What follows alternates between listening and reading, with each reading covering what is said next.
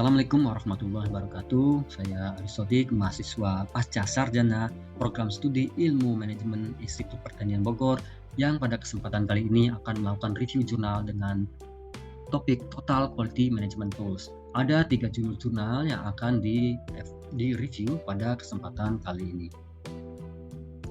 Jurnal yang pertama berjudul Studi Kasus Empiris dan Pendekatan Total Quality Management di Perusahaan Konstruksi yang Diterapkan. Penelitian ini dilatar belakangi oleh implementasi TQM pada perusahaan konstruksi yang masih sangat sedikit dibandingkan dengan sektor lain seperti manufaktur dan jasa. Permasalahan yang melatar belakangi penelitian ini adalah mayoritas perusahaan di sektor konstruksi ragu-ragu untuk menerapkan Total Quality Management karena percaya bahwa seri ISO 9000 sudah cukup, tetapi juga karena manajemen tidak berusaha untuk membuat tenaga kerja mereka mengalami lebih banyak stres akulturatif. Maka tujuan penelitian ini adalah untuk melakukan analisis untuk menunjukkan bagaimana Total Quality Management atau TQM diterapkan secara efisien dengan menggunakan pendekatan bottom up. Metodologi pada penelitian ini adalah pertama melakukan pemilihan 7QC tools. Yang dipilih adalah menggunakan 2 dari 7 alat dasar Total Quality Management, yaitu lembar periksa atau check sheet dan analisis Pareto. Lalu dilakukan pengumpulan data menggunakan check sheet dengan cara mengumpulkan informasi dari 100 pembeli rumah susun yang perusahaan bangun mengenai persepsi mereka terhadap masalah kualitas dan manajemen. Lalu mengumpulkan data dari staf internal perusahaan tentang pengetahuan dan persepsi mereka terkait masalah kualitas. Langkah terakhir adalah melakukan analisis data dengan mengevaluasi data menggunakan grafik Pareto untuk menghasilkan masalah-masalah utama yang dapat memberikan manfaat terbesar jika diselesaikan. Hasil dari penelitian menunjukkan bahwa survei terhadap pelanggan eksternal atau pembeli flat dalam hal ini terhadap penyebab utama isu-isu yang berkaitan dengan kualitas dan layanan adalah keterlambatan serah terima operasi dan pemeliharaan, ketersediaan tim operasi dan pemeliharaan yang terampil dan berpengalaman, les terletak, pengerjaan yang buruk, dan masalah ketinggian pemasangan sanitasi. Hasil penelitian yang kedua adalah hasil survei terhadap staf internal perusahaan tentang pengetahuan dan persepsi mereka terkait masalah kualitas adalah kurangnya insentif, defisit motivasi, kurangnya pengalaman tenaga kerja, anggaran induk yang tidak akurat, kurangnya pengalaman supervisor, modifikasi ruang lingkup, kebijakan pengurangan biaya, kurangnya pengalaman set engineer, diskriminasi rekrutmen, dan fungsi SDM yang tidak tepat. Penelitian ini memiliki kekurangan dan peluang untuk perbaikan. Kekurangan dari penelitian ini adalah jurnal tidak menjelaskan bagaimana menentukan dan mengelompokkan isu-isu yang berkaitan dengan kualitas dan layanan dari pelanggan eksternal maupun isu-isu tentang masalah kualitas dari karyawan internal. Peluang perbaikan untuk penelitian selanjutnya dapat mengkombinasikan 7QC dengan AHP dalam menentukan kriteria isu-isu yang dapat diidentifikasi untuk dilakukan evaluasi. Sekarang kita menginjak kepada penelitian yang kedua dengan judul jurnal Critical Success Factor dari praktik Total Quality Management menggunakan analisis Pareto. Penelitian ini dilatar belakangi bahwa dalam industri 4.0, konsep Total Quality Management atau TQM telah diterapkan menjadi lebih penting karena kelangsungan hidup organisasi bergantung pada manajemen kualitas yang baik.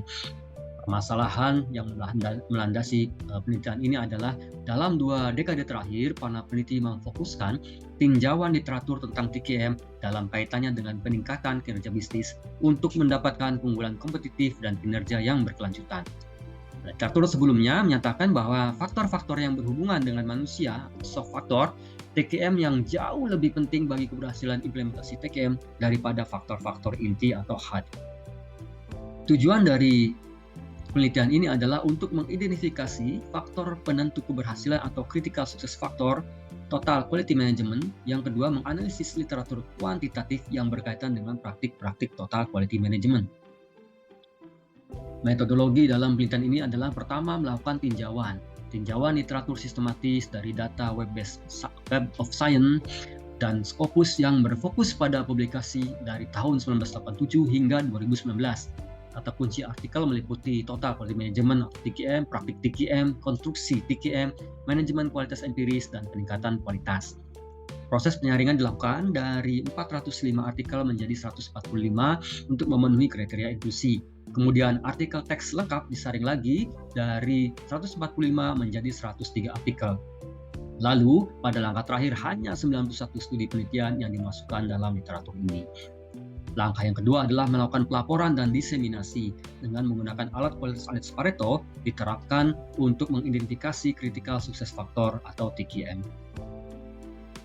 Hasil dari penelitian ini adalah yang pertama, manajemen proses atau PM dan kepemimpinan atau L muncul sebagai dua inti critical success factor.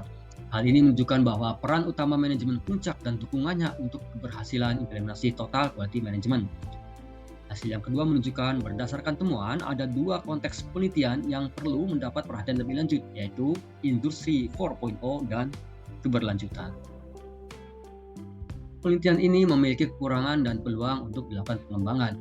Kekurangan dari penelitian ini adalah analisis terbatas pada praktik-praktik total quality management dan tidak menganalisis hubungan antara CSF dan hasil kinerja.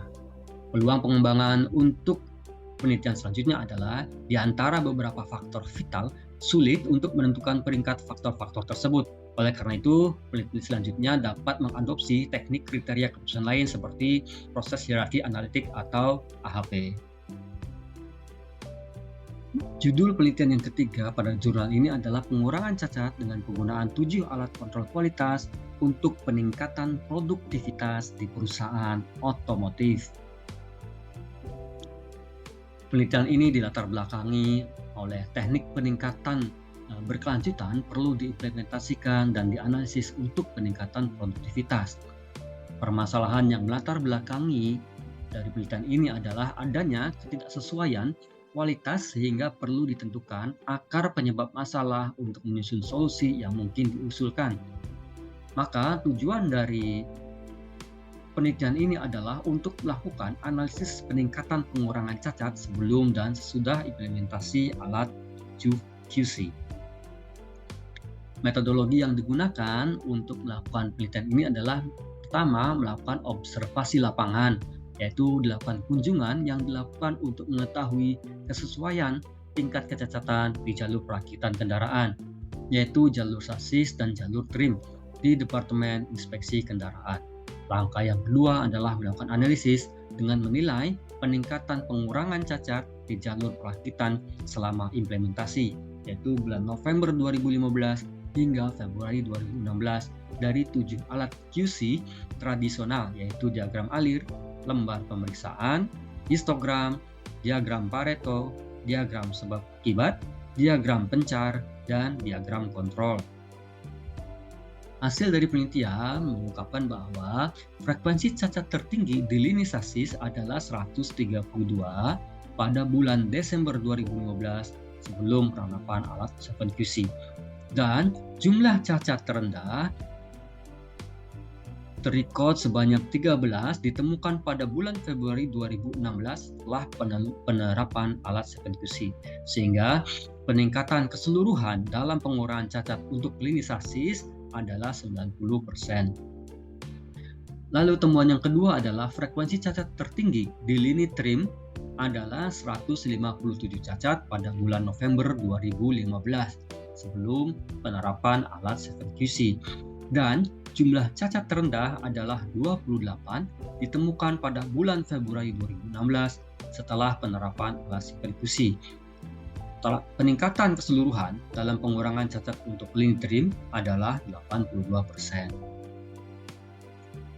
Penilaian ini memiliki kekurangan dan peluang pengembangan. Kekurangan dari penilaian ini adalah penelitian hanya menganalisis penerapan 7 alat QC ini di lini perakitan, sehingga ada potensi peluang pengembangan untuk penelitian selanjutnya, yaitu perlu dilakukan pengembangan penelitian terhadap penerapan ke-7 alat QC di setiap bagian perusahaan. Sekian dari saya, kurang lebihnya saya mohon maaf. Wabillahi taufiq wal hidayah. Assalamualaikum warahmatullahi wabarakatuh.